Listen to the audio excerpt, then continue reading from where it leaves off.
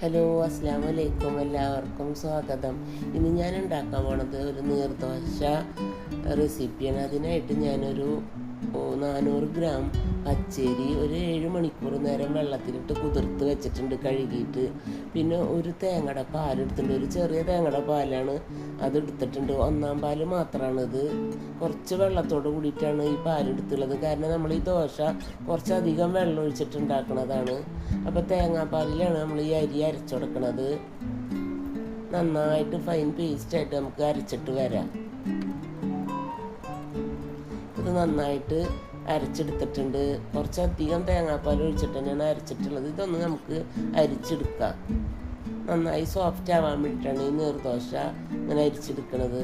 കുറച്ച് വെള്ളം കൂടെ ഒഴിച്ചിട്ട് വീണ്ടും നമുക്കിതൊന്ന് അരിച്ചെടുക്കാം.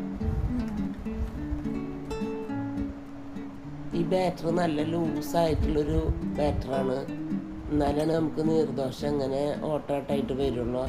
ഇനി ഇതിൽ കുറച്ചും കൂടെ നമുക്ക് പാലൊഴിച്ച് കൊടുക്കാം. ഒരു ചെറിയ തേങ്ങയുടെ പാല് ഫുള്ളും, 1-ാം പാല് ഫുള്ളും ഇതിലൊഴിച്ച് കൊടുത്തിട്ടുണ്ട്. നല്ല ലൂസായ ഒരു ബാറ്ററായിട്ട് കിട്ടണം. കുറച്ച് ഉപ്പിട്ട് കൊടുക്കുക, നന്നായിട്ട് ഇളക്കി കൊടുക്കുക. ഈ കയ്യിലുമ ബാക്കിൽ പിടിച്ചിട്ടില്ല, ട്രാൻസ്പെറൻ്റ് ആയിട്ട് അതേപോലെ വേണം ഈ മാവിൻ്റെ ലൂസ്. ഇനി നമുക്കിത് പെട്ടെന്ന് തന്നെ ഉണ്ടാക്കിയെടുക്കുക. ഒരു ഫ്രൈ പാൻ അടുപ്പത്ത് വെച്ച് ചൂടാക്കുക. ഫ്രൈ പാൻ നന്നായിട്ട് ചൂടാവണം. എന്നിട്ട് ഇത് ഓരോ തവി നമുക്ക് ഒഴിച്ച് കൊടുക്കാം.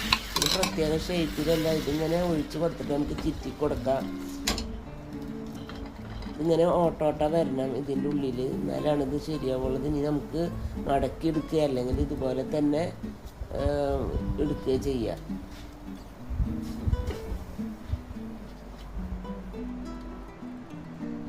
ഇനി ഒരേ തവി മാവ് ഇതുപോലെ ഒഴിച്ചു കൊടുക്കുക. ആദ്യം നമുക്ക് സൈഡിലാക്കി ഒഴിച്ചു കൊടുക്കുക, പിന്നെ സെൻറ്ററിൽ ഒഴിച്ചു കൊടുത്തിട്ട് ഒന്ന് ചുറ്റിയാൽ മതി. അപ്പോൾ വേഗം ഇതാവും. ഇത് നമ്മൾ മറിച്ചിടൊന്നും ചെയ്യില്ല, ഇതേപോലെ തന്നെ ഉണ്ടാക്കിയെടുക്കുള്ളൂ, മറിച്ചിടാണ്ട്. ഈ ഓട്ടോട്ട വരണതിന്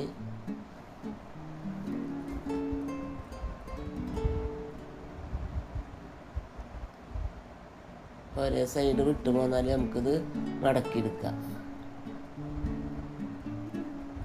എല്ലാ മാവും ഇതുപോലെ നമുക്ക് ഉണ്ടാക്കിയിട്ട് നീർദോശ ഉണ്ടാക്കിയെടുക്കാം. വളരെ ഈസിയാണ് ഇത് ഉണ്ടാക്കാൻ. ഇത് ചിക്കൻ കറിയിൽക്കും ബീഫ് കറിയിൽക്കും ഒക്കെ അടിപൊളി കോമ്പിനേഷനാണ്. എല്ലാവരും ഉണ്ടാക്കി നോക്കണം. ഇഷ്ടപ്പെട്ടെങ്കിൽ ലൈക്ക് ചെയ്യണം, ഷെയർ ചെയ്യണം, സബ്സ്ക്രൈബ് ചെയ്യണം. Thank you for watching my video.